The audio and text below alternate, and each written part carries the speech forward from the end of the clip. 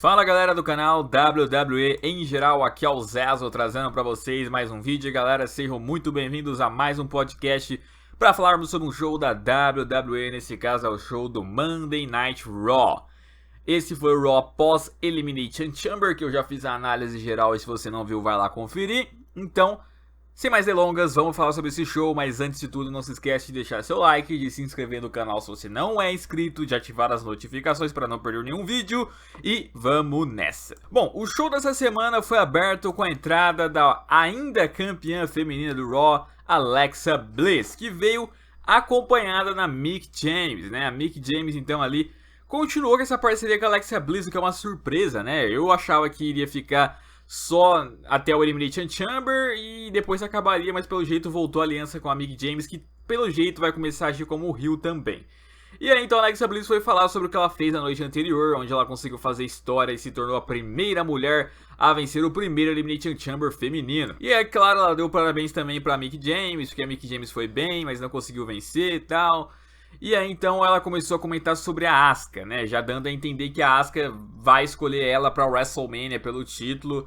E falou então que a Asuka foi meio que destruída pela Nia Jax. Você não sabe se a Asuka vai conseguir ir pra WrestleMania, porque a Nia Jax meio que destruiu ela ali, acabou com ela.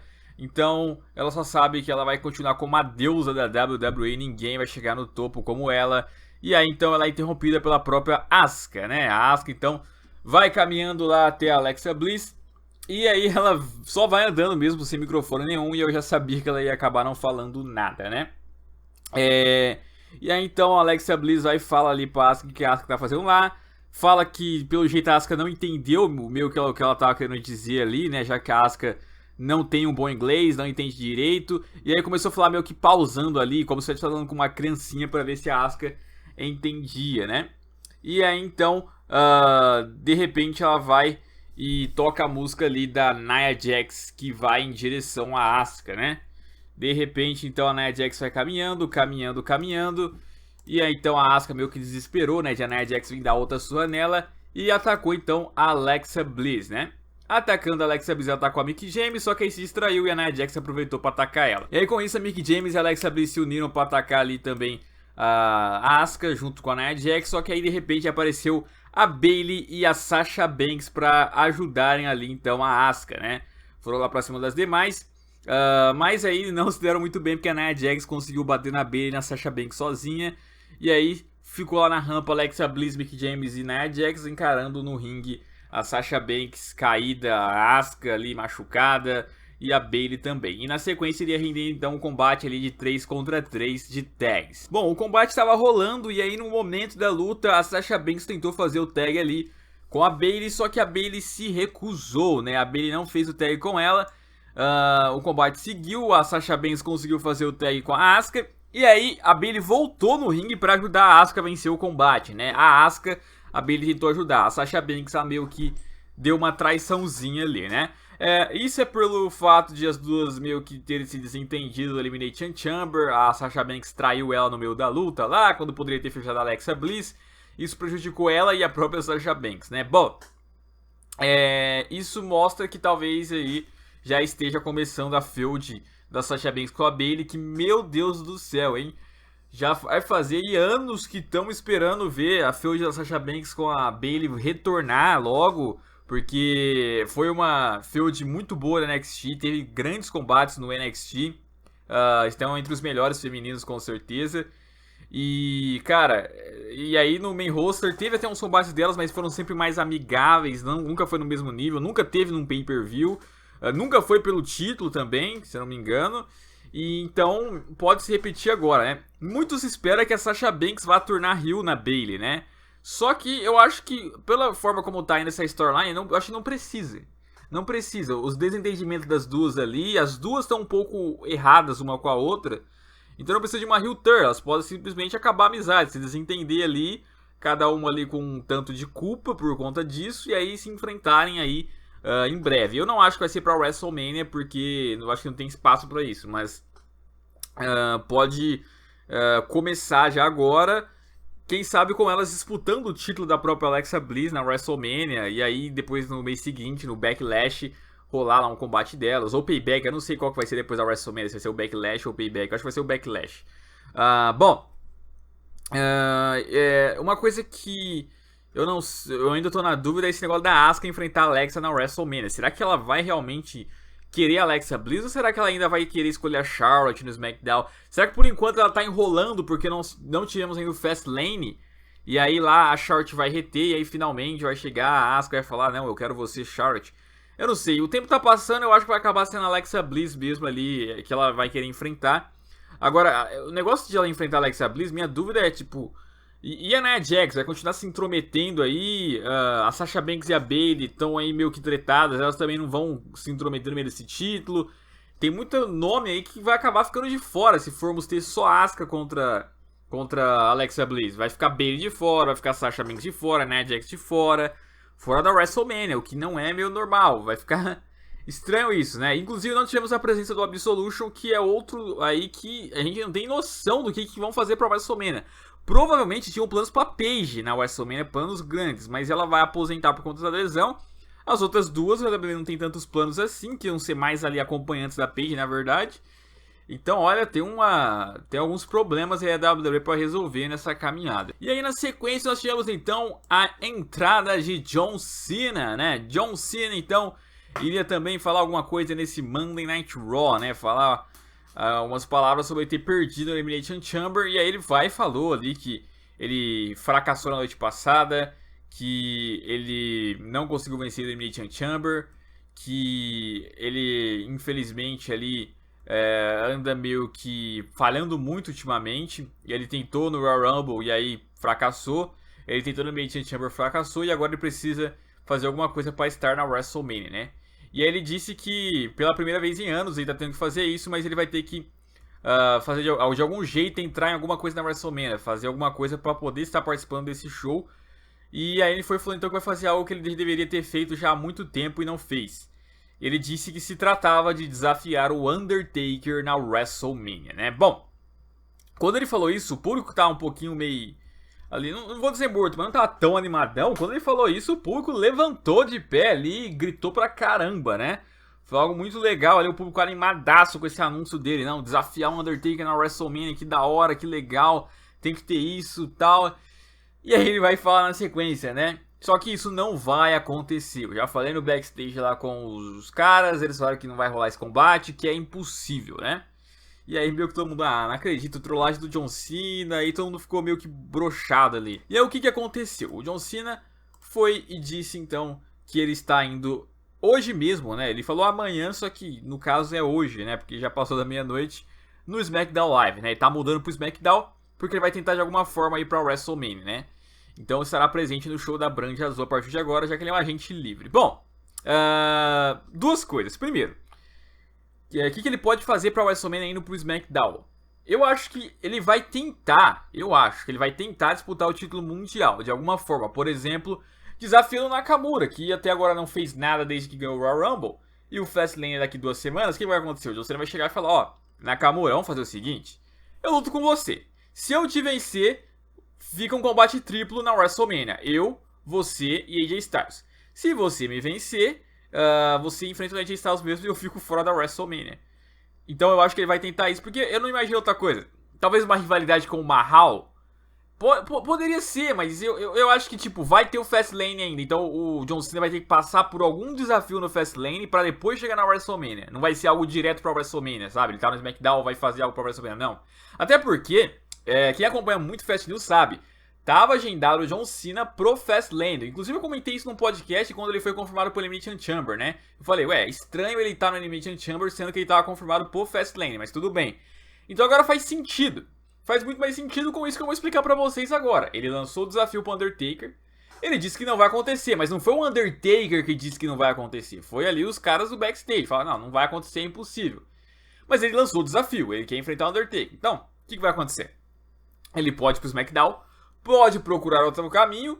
E aí duas coisas, ou o Undertaker aparece, atrapalha algum combate dele, como por exemplo esse com o Nakamura. E aí o John Cena não vai disputar o título mundial na WrestleMania. E o Undertaker vai falar que é porque desafiou ele, então o Undertaker quer que o John Cena enfrente ele na WrestleMania, né? E aí Undertaker contra o John Cena, como já era especulado e tá só confirmando os rumores aí, né? É que eles estão construindo a storyline um pouco mais gradualmente, um pouco mais devagar, né? Não é simplesmente no Raw seguinte já falar, tá marcada a agenda, confirma, não, calma.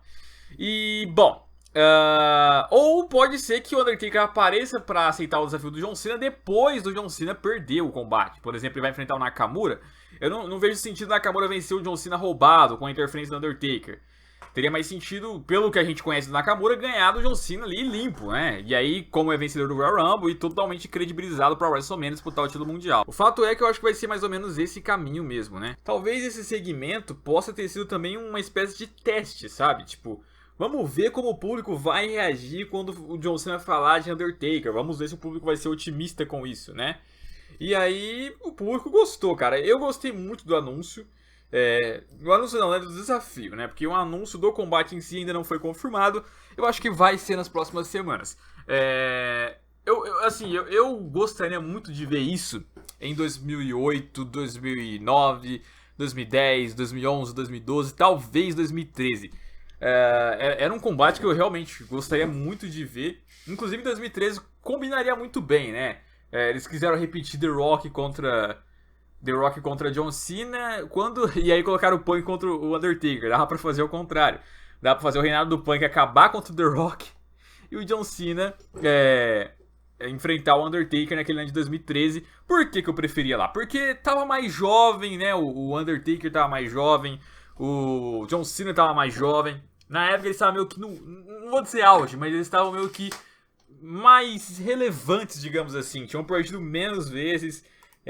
Seria mais interessante de ver nesses anos aí que eu falei, né? Em 2008 tal, 2010. Mas tudo bem. Vai acontecer num período diferente. Num período onde o Undertaker já está velho. Já perdeu 2 vezes na WrestleMania. O John Cena vem perdendo muito ultimamente. Limpo, inclusive. E então, claro, não foi confirmado ainda, mas eu acho que é isso. Eu não consigo pensar em outra alternativa pro John Cena, né? Alguns podem comentar título americano. Eu acho que não. Porque a rivalidade está mais em torno do Randy Orton com o Bobby Roode e o Mahal talvez se intrometendo. Então é muita gente já pro John Cena entrar nessa, né? Mas não é impossível também. Só não acredito muito nessa parte. Bom, na sequência nós tivemos algo lá que não me agradou tanto. Que foi, primeiramente, o Bray Wyatt, que ia ter um combate com o Heath Slater e o Rhino. E ele não teve combate, né? Na verdade, eu acho que ia ser com o Heath Slater, o Rhino ia ficar de manager. Ele atacou o Heath Slater e depois o Rhino foi tentar ajudar, apanhou também e nem teve combate. Inclusive eu acho engraçado o Rhino e o Heath Slater estarem juntos ainda depois daquela coisa que o Rhino fez com ele, né? Com o Heath Slater, de jogar lá pros Dudley Boys, naquele Raw de 25 anos lá, pra apanhar, mas tudo bem. E aí o Bray Wyatt pegou o microfone e falou que aquilo era culpa do Matt Hardy. Ele fez aquilo por causa do Matt Hardy que mexeu com ele e tal. Ou seja, a feud vai continuar. A feud do Bray Wyatt com o Matt Hardy vai continuar mais tempo ainda, né?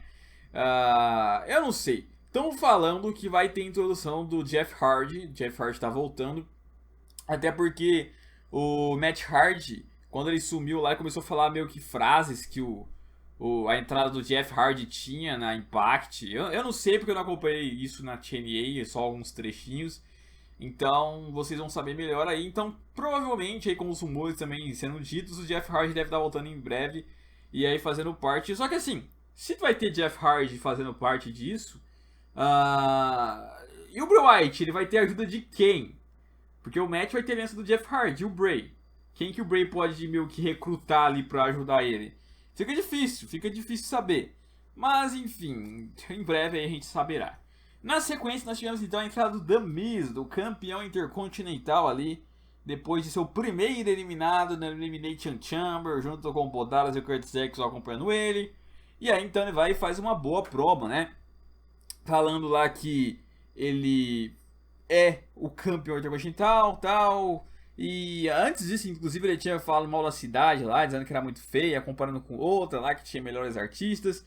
E ele foi e disse ali que ele, em apenas 60 e poucos dias, será o maior campeão intercontinental da história, né? Sem ali desculpas, ele, sem dúvida, sem discussões, ele será o maior campeão da história. Porque em termos de reinado, né? Aqueles reinados que a gente quer dizer de tempos com o cinturão, o tempo que segurou o cinturão, né? Dias combinados, todos treinados juntos, ele vai ser o que mais ficou o tempo, né? Vai passar todo mundo ali daqui uns 60 e poucos dias, ou seja, uns 3 meses ali ele já consegue esse feito. Bom, e aí então ele foi e falou ali que se dane Chris Jericho, HBK, Pedro Morales, Bret Hart, Edge e dentre outros campeões intercontinentais, ele será o maior de todos, né? Lembrando que o The Miz, além disso, ele tem 8 vezes o título intercontinental. Se ele perder e ganhar uma de novo, ele vai pra 9, cara.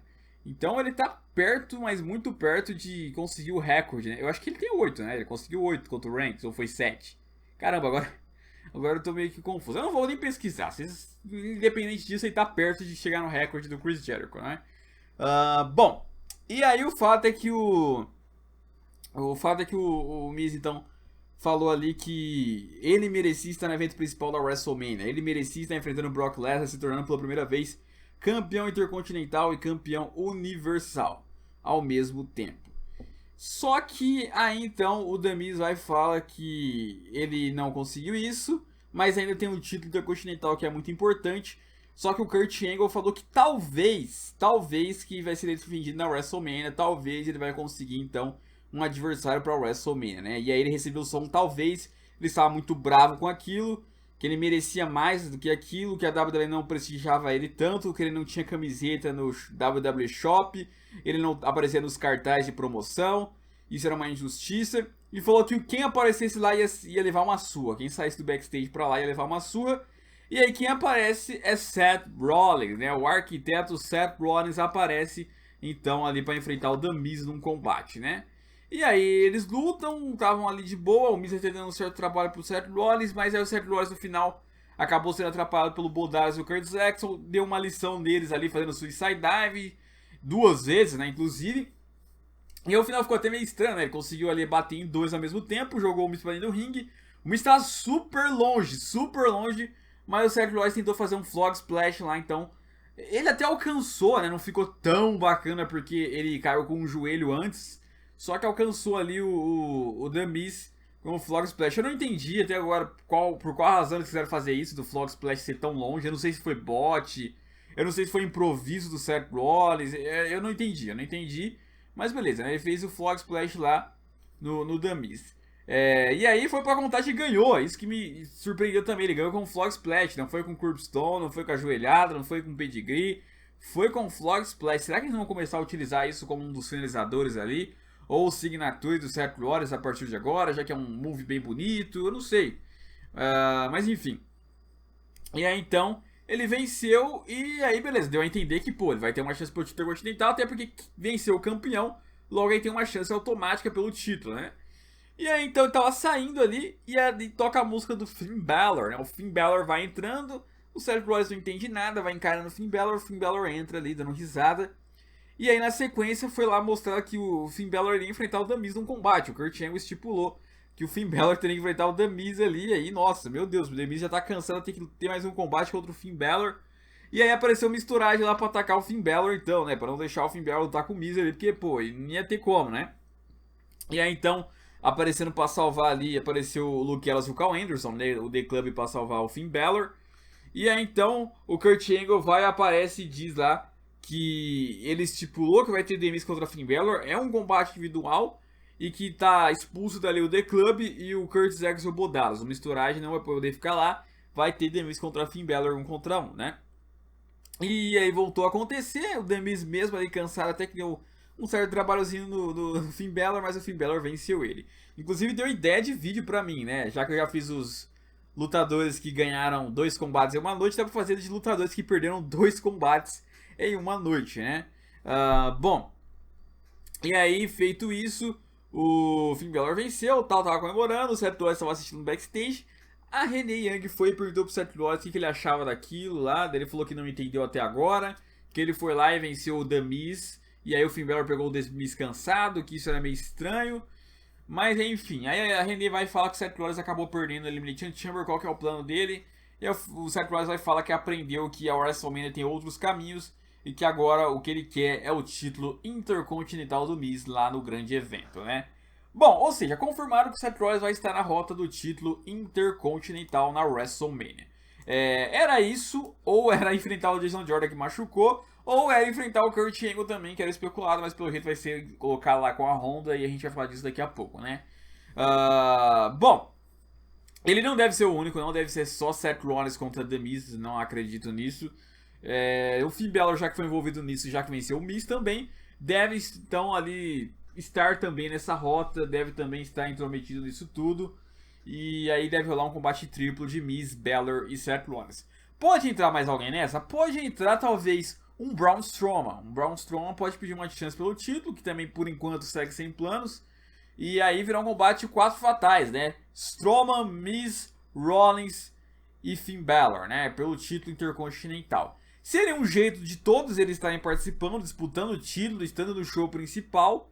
Ninguém ficaria de fora. Eu acho que pode ser uma boa, né? Porque assim, só Finn Balor contra The Miz, eu não sei se vende bem pra uma WrestleMania. Só Seth Rollins contra The Miz, até venderia, mas aí precisaria de uma construção maior. E pô, já aconteceu já em simples Monday Night Raw ali. Não dá pra fazer uma WrestleMania, repetindo uma WrestleMania. Braun Strowman e The Miz também é muito desproporcional. Então aí coloca os 4 de uma vez, acho que fica mais interessante, né? A storyline aparentemente está sendo a storyline do The Miz. Sendo assim, eu tô achando que ele vai acabar retendo, independente do adversário. Tem muita chance disso acontecer, The Miz seguir como campeão ali. Tem também a possibilidade do Seth Rollins ganhar. Eu acho que ou o The Miz retém ou o Seth Rollins ganha o título intercontinental. E aí ele meio que vingaria essa ideia de Monday Night Rollins. Monday Night Rollins, porque aí pra ele dizer que é o dono do show, ele tem que estar com o título universal ou com o título intercontinental pelo menos. E aí, pô... inclusive, poderia então render essa feud futura do Reigns contra o Rollins. Não falaram que ia ser depois da WrestleMania. Falaram que seria esse ano que iria acontecer, por isso que já estavam lançando os primeiros teasers. Então, vamos supor que o Seth Rollins domina ali o show com o título intercontinental e o Roman Reigns domina com o título universal. E aí eles resolvem fazer no SummerSlam, no Survivor Series, não sei se eles vão conseguir tanto tempo assim ficar com o título, mas eles resolvem lá fazer título contra título, Roman Reigns contra Seth Rollins pelos 2 cinturões em jogo, né? Pode acontecer. Inclusive teria a possibilidade até de ter um cash-in nessa luta, né? Porque eu duvido que o Seth Rollins teria novamente o feito de ganhar 2 cinturões ao mesmo tempo. E também não acredito que a WWE daria 2 cinturões pro Roman Reigns. E aí, tipo, vem alguém no meio da luta, faz o cash-in, ganha o Universal do Reigns, né? Acaba com o reinado do Reigns dessa forma. E o Seth Rollins segue com o título intercontinental, mas não ganha o Universal também. Poderia ser já um booking que esteja planejando, né? Assim, é igual eu falei pra vocês. Pra mim, o Seth Rollins tem que ir pro SmackDown, ir em busca do título mundial, ajudar o show do SmackDown. Mas, se for pra ele ficar no Raw, ele tem que ganhar algum título. Esse título pode ser o título intercontinental, já que não vai ter como universal por enquanto. Então, pode ser uma boa pra ele ali. Ele não ganhou ainda esse cinturão, já ganhou os demais, né? Ele se tornaria Grand Slam Champion, inclusive. Então pode ser um bom ponto. Inclusive eu comentava com vocês que, pô, beleza, eu prefiro o Seth Rollins Hill, mas ele ainda não teve push com um título Babyface individual, só teve como tags. Então talvez ele se dê bem com um título intercontinental, Babyface, talvez funcione, não sei. Então, vamos ver pra WrestleMania o que vai acontecer. Eu acho que o Braun Strowman tem chance de ganhar o título, também acho, mas eu acho que, sei lá, é muito clichê, claro que ficaria mal pro Strowman, pô, disputar mais uma WrestleMania e não vencer, mas ainda não sei se ele vai entrar nessa rota. De confirmado pra mim é Balor, Miz e Seth Rollins, mas o Strowman pode estar disputando outra coisa ali também. Vamos esperar o tempo pra saber, né? Bom, depois nós tivemos então a entrada do Roman Reigns, né? E aí então vale lembrar que estava agendado pro Roman Reigns e pro Brock Lesnar se encararem, né? Ficarem cara a cara no Monday Night Raw. Só que aí depois lá só anunciou que o Roman Reigns ia aparecer ali, iria entrar no meio do show. Beleza, o Roman Reigns vai lá e fala então que ele cumpre o que ele promete, né? Ele prometeu que venceria o Elimination Chamber e ele venceu o Elimination Chamber. Ele prometeu que vai vencer Brock Lesnar no WrestleMania e se tornar campeão universal e ele vai ganhar do Brock Lesnar o título universal, né? E aí ele vai falar, bom, sendo assim eu cumpro o que eu prometo, mas e o Brock Lesnar, ele cumpre com isso? E ele vai falar que o que ele vai dizendo em sequência, talvez muitos não vão gostar, principalmente lá no backstage, né? Mas ele vai ter que falar, né? Que aí ele vai falar que o Brock Lesnar é um completo covarde. Porque o Brock Lesnar estava marcado para aparecer ali naquele show do Raw, ele realmente acreditava que o Brock Lesnar apareceria, e o Brock Lesnar não deu as caras. E ele vai falar que o Brock Lesnar foi visto em Las Vegas, né, local onde aconteceu o Elimination Chamber, só que ele nem sequer assistiu o Elimination Chamber, ele simplesmente ficou tirando foto com fãs de UFC, com o dono do UFC, inclusive meio que ali tem uma notícia que o Brock Lesnar tirou foto com o Dana White, né? Eu não quis postar no Fast News porque tô nem aí também, se ele vai pro UFC ou não, eu já postei. Mas tirou foto com o Dana White lá, o chefão do UFC, então, pô... Aí ele resolveu colocar isso na promo dele, né? Ficou muito interessante. E aí o Roman Reigns vai falar que o Brock Lesnar faz isso porque ele não respeita ele e não respeita os fãs. Ele não respeita os fãs, simplesmente some, não tá nem aí. Ele não se importa com a WWE, né? E a forma como o Roman Reigns estava se expressando estava sendo muito interessante, né? Que estava sendo bem agressivo nas palavras ali, falando, se mexendo bastante.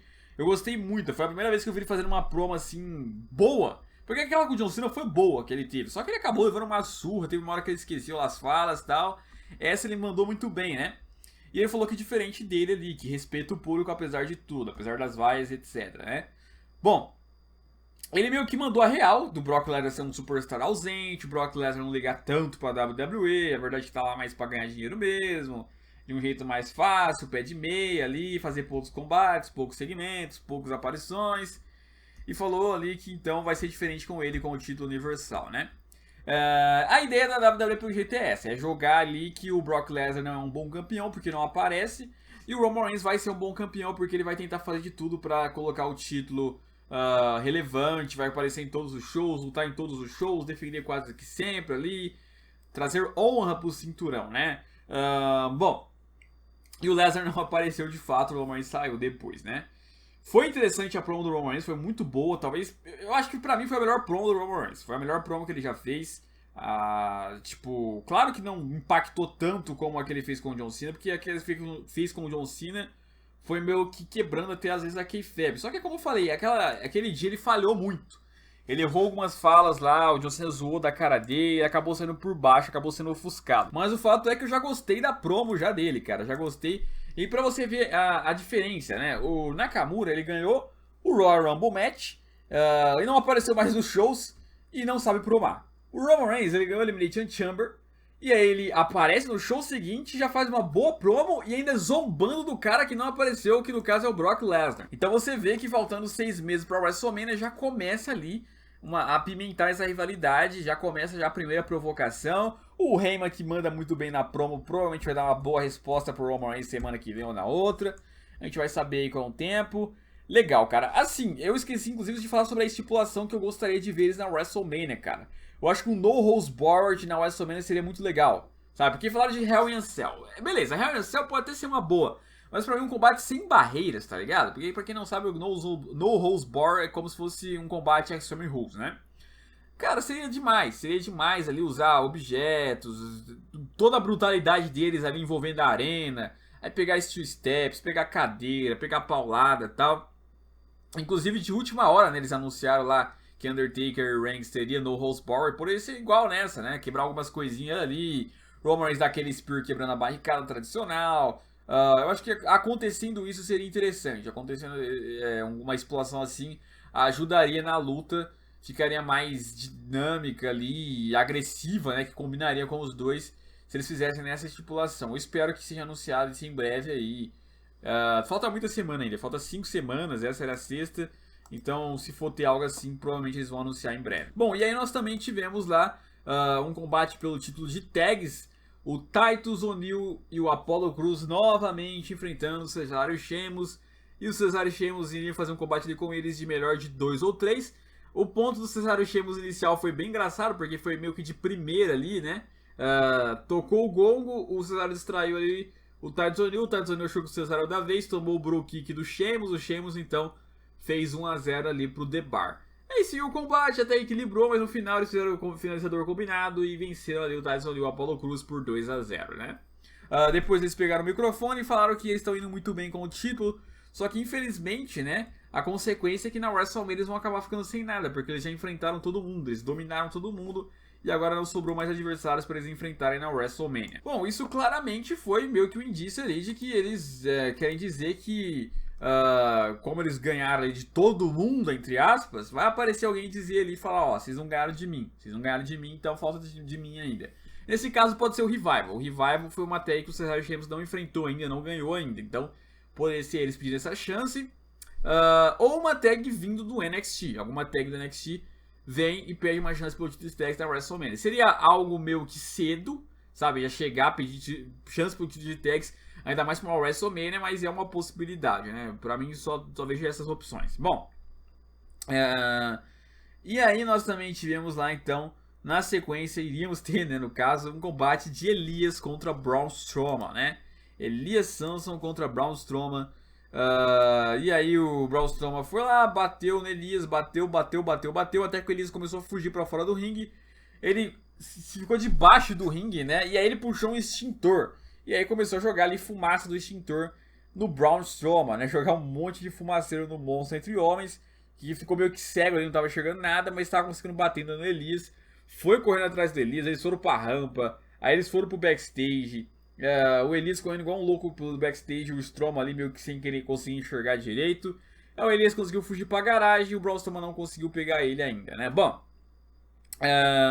primeiro de tudo, já mostrou que aquele ataque que o Braun Strowman fez no Roman Reigns no Elimination Chamber só serviu pra abafar o Roman Reigns vencendo. Só serviu pra isso. Não apareceu o Roman Reigns e pediu pra enfrentar o Strowman, pra tentar se vingar dos ataques. O Strowman não apareceu pra dizer que é uma chance. Nada. Simplesmente só serviu pro Roman Reigns ganhar dele e o Braun Strowman ir lá e abafar, né? Abafar e o Roman Reigns comemorando. E o público, nossa, que legal, o Braun Strowman quebrou o Roman Reigns, que foda. E não ficar vaiando no fim do show. Só serviu pra isso, que eu achei bem chato, sério. Assim, eu gosto do Strowman pra caramba, vocês sabem, mas eu espero que não fique muito modinha esse negócio de ele ficar fazendo running power slam toda hora. Porque tá virando tipo um suplex city, sabe? Depois só vai fazer isso, aí vai perder um pouco a graça. Mas enfim, ele deve ir atrás do Elias nas próximas semanas aí pra se vingar de vez contra o Elias.